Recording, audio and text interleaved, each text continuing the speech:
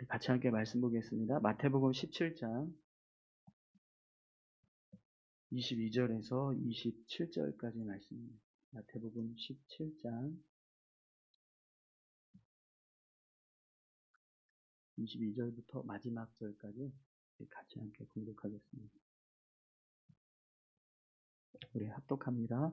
갈릴리에 모일 때에 예수께서 제자들에게 이르시되 인자가 장차 사람들의 손에 넘겨져 죽임을 당하고 제3일에 살아나리라 하시니 제자들이 매우 근심하더라.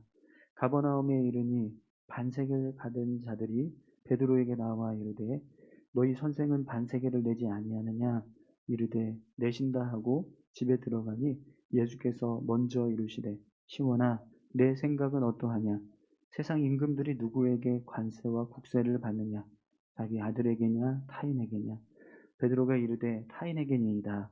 예수께서 이르시되 그렇다면 아들들은 세를 면하리라. 그러나 우리가 그들이 실족하지 않게 하기 위하여 내가 바다에 가서 낚시를 던져 먼저 오르는 고기를 가져 입을 열면 돈 한 세겔을 얻을 것이니 가져다가 나와 너를 위하여 주라 하시니라. 아멘. 네, 한 번 더 기도하겠습니다. 하나님 감사합니다. 귀한 말씀을 함께 나눕니다. 오늘도 이 말씀 붙잡을 수 있도록 믿음 주시고 또 이 말씀대로 살아갈 수 있도록 인도해 주시옵소서. 전하는 자에게도 은혜 주시고 온전히 주의 말씀만 증거되게 하여 주옵소서. 감사드립니다. 예수님의 이름으로 기도드립니다. 아멘. 여러분 마태복음 17장 말씀을 우리가 마무리하는데요. 아는 만큼 성숙해집니다 라는 제목으로 같이 함께 말씀을 나누겠습니다.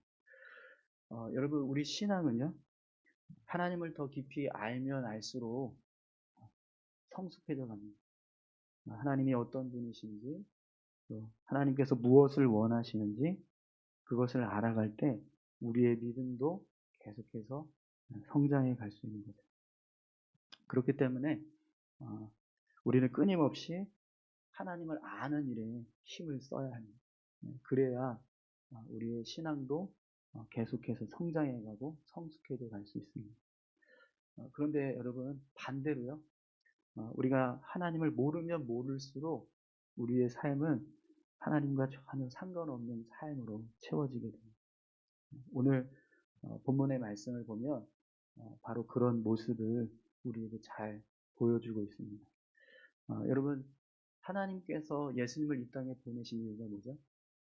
그분이 십자가에 달려 죽으심으로 인류를 구원하기 위한 구속의 제물이 되시는 것. 십자가의 길을 걸어가는 것. 그것이 하나님께서 예수님을 이 땅에 보내신 목적이었습니다. 그런데 그 사실을 제대로 이해하지 못한 제자들은요, 계속해서 다른 모습을 보여요. 오늘 본문 22절, 23절 말씀을 함께 볼까요? 갈릴리에 모일 때에 예수께서 제자들에게 이르시되 인자가 장차 사람들의 손에 넘겨져 죽임을 당하고 제3일에 살아나리라 하시니 제자들이 매우 근심하더라. 예수님께서 제자들에게 다시 한번 십자가 고난에 대한 말씀을 하십니다. 앞으로 내가 사람들에게 잡혀서 죽임을 당하게 될 거다. 그런데 이 이야기를 듣는 제자들이 어떤 반응을 보여주고 있죠? 그들이 매우 근심했다라고 그렇게 기록하고 있습니다. 예수님은 지금 자신이 걸어가야 할 사명을 지금 말씀한 거예요. 내가 비록 죽음의 길이지만 그 길을 걸어가는 것이 하나님께서 정하신 내 사명의 길이기 때문에 내가 이 길을 걸어가야 한다라고 제자들에게 말씀했던 거죠. 그런데 제자들은 좀 달랐습니다. 제자들 마음속에는요 예수님과 좀 다른 생각이 있었던 것 같아요. 그래서 예수님의 십자가 말씀만 하실 때마다 그들이 걱정하고 근심했습니다. 여러분 제자들이 하나님의 계획을 이해하고 알았다면 과연 예수님께서 십자가의 이 고난을 이야기하셨을 때 이렇게 매우 근심하더라 이런 반응이 나왔을까요?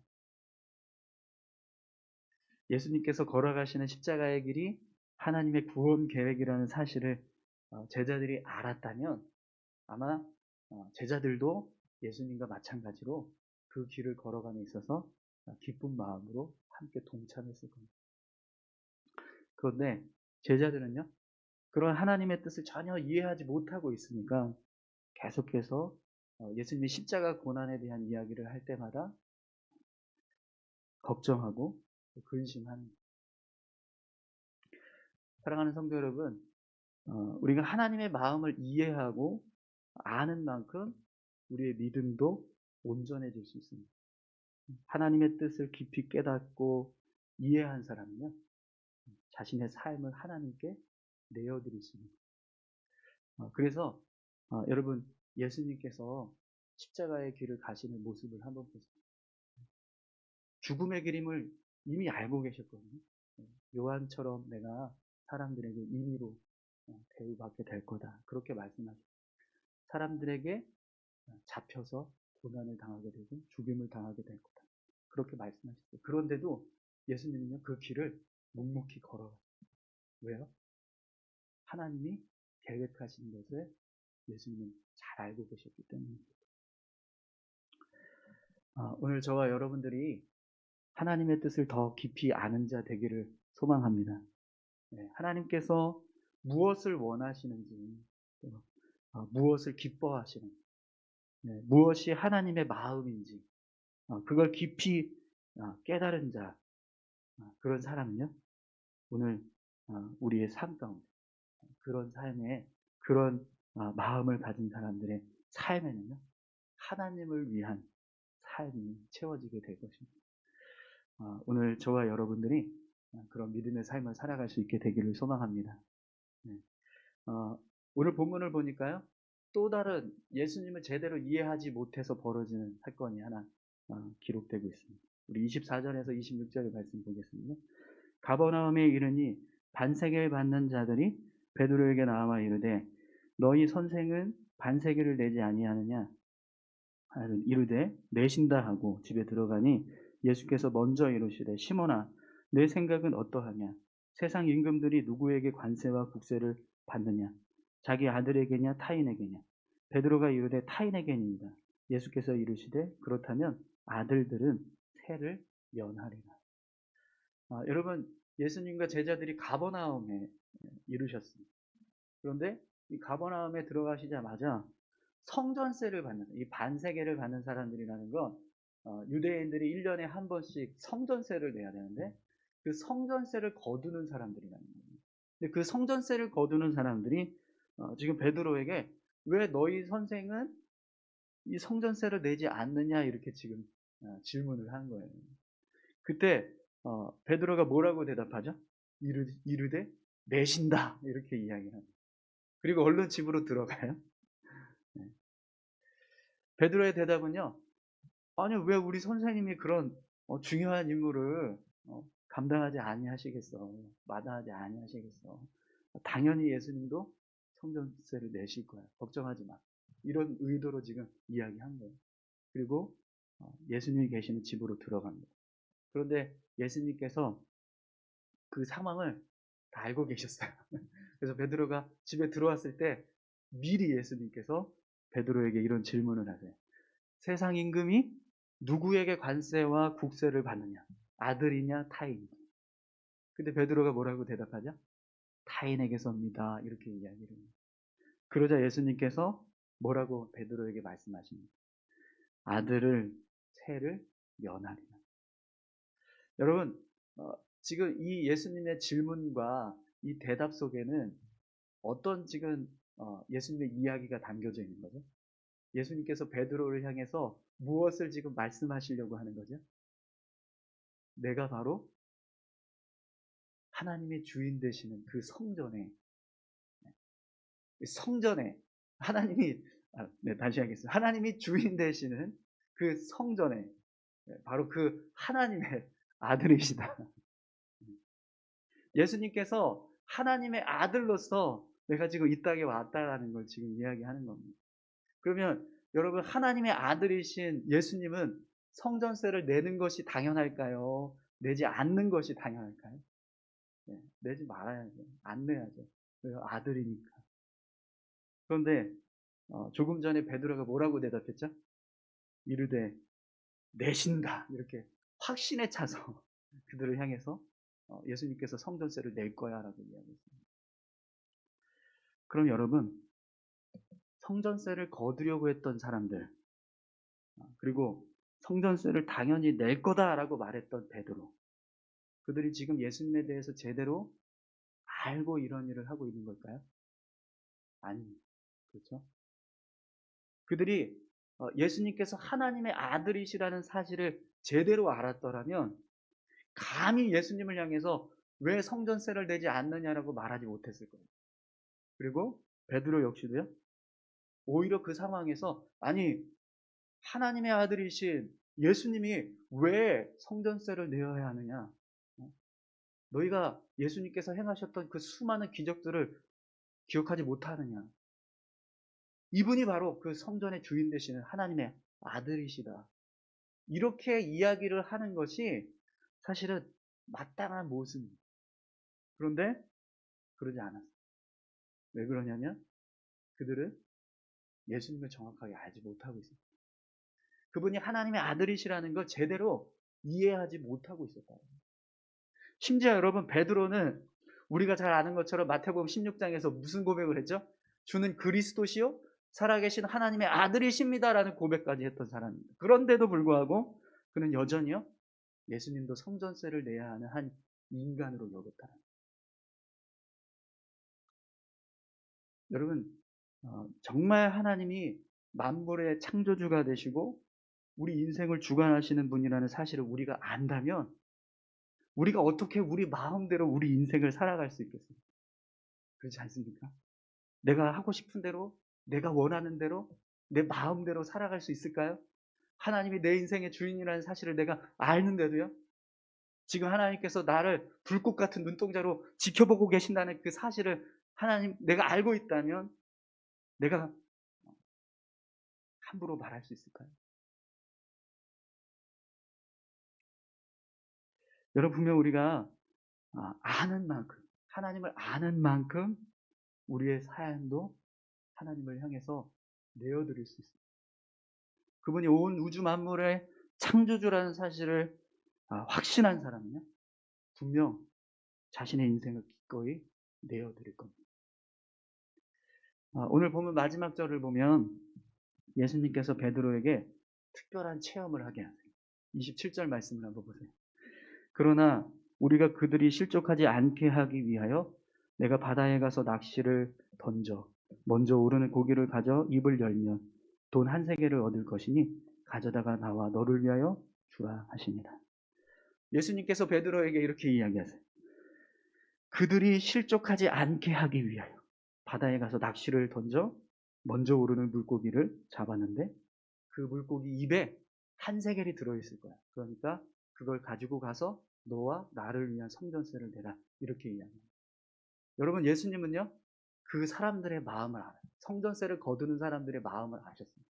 그래서 본인이 아들임에도 불구하고 성전세를 내지 않아도 되는 그런 위치에 계신 분임에도 불구하고 그들이 실족할까봐 예수님은요 성전세를 내시겠다라고 말씀하세요. 그런데 어떤 방법을 쓰시죠? 갈릴리 바다에 가서 낚시를 해가지고 물고기를 잡는데 그 첫 번째 물고기 중에 한 세겔이 들어있다라는 거. 여러분 갈릴리 바다가 무슨 실내 낚시터도 아니고 네. 뭐 이렇게 물고기 뱃속에다가 금 한 돈 넣어놓고 이거 잡으면 횡재하고 하면서 그렇게 뭐 하는 그런 낚시터도 아니고 갈릴리 바다에서 낚시를 던졌는데 첫 번째 올라오는 물고기 입에서 어떻게 돈이 들어있을 수 있겠습니까? 그리고 그것도 심지어 예수님과 베드로를 위한 성전세 딱 맞는 한 세겔이 들어있을 가능성이 어디 있겠어요? 이것은 무엇을 말씀하시는 거죠? 예수님이 만물을 주관하시는 분이시다라는 것을 베드로에게 알려줍니다. 내가 바로 성전의 주인 되시는 하나님의 아들이야. 이걸 지금 베드로에게 가르쳐 주시는 거예요. 여러분, 베드로가 예수님 말씀 듣고 갈릴리 바다에 가서 낚시를 던졌어요. 근데 물고기가 올라옵니다. 근데 그 물고기 뱃속에 정말로 한 세겔이 들어있어요. 그리고 그걸 가지고 가서 성전세를 내고. 그때 베드로의 마음이 어땠을까요? 부끄러웠을 것 같아요. 왜요? 내가 하나님의 아들이신 이분을 잘못 생각하고 있었구나. 마땅히 성전세를 내지 않아도 되실 분인데 내가 그걸 제대로 깨닫지 못하고 있었구나. 부끄러웠을 거예요. 그리고 예수님이 진짜 하나님의 아들이라는 사실을 베드로가 조금 더 깊이 깨달았을 겁니다. 사랑하는 성도 여러분, 여러분의 삶에 하나님을 더 깊이 알 수 있는 은혜의 사건들이 많아지기를 축원합니다. 네, 별로 원하지 않으시나요? 네, 하나님이 더 깊이 하나님을 더 아는 것 두려우십니까? 네. 예전에도 말씀드렸는데 어떤 분이 그러더라고요. 하나님을 알면 알수록 하나님이 나를 왜 이렇게 직분을 주셨고 왜 나를 이런 자리에 세우셨는지 알면 알수록 두렵대요. 더 헌신할까봐. 네. 오늘 저와 여러분들이 그런 모습이 아니기를 소망합니다. 여러분, 우리의 삶에 하나님이 어떤 분이신지를 정말 더 깊이 깨달을 수 있는 그런 은혜가 임하기를 축원합니다. 네, 베드로처럼 주는 그리스도시여 살아계신 하나님의 아들이십니다라고 고백했음에도 불구하고 그분은 여전히 성전세를 내야 하는 인간이라고 생각했던 그런 어리석은 모습이 아니라 정말 그분이 하나님의 아들이시고 우리를 구원하신 구세주이시고 내 영혼을 살리시는 분이시다라는 사실을 내가 확신함으로 그분을 위해서 내 삶을 내어드릴 수 있는 그런 귀한 믿음의 모습들이 우리에게 있었으면 좋겠습니다.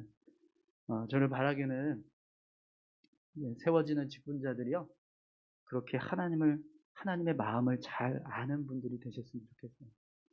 하나님께서 교회를 향해서 어떤 마음을 가지고 계시는지, 또 교회 성도들을 향해서 하나님이 어떤 마음을 품으시는지, 그걸 알아서 교회를 위해, 또 성도들을 위해서 먼저 헌신할 수 있는 그런 귀한 직분자들이 세워질 수 있기를 간절히 소망합니다. 우리 시간 같이 함께 기도하실까요?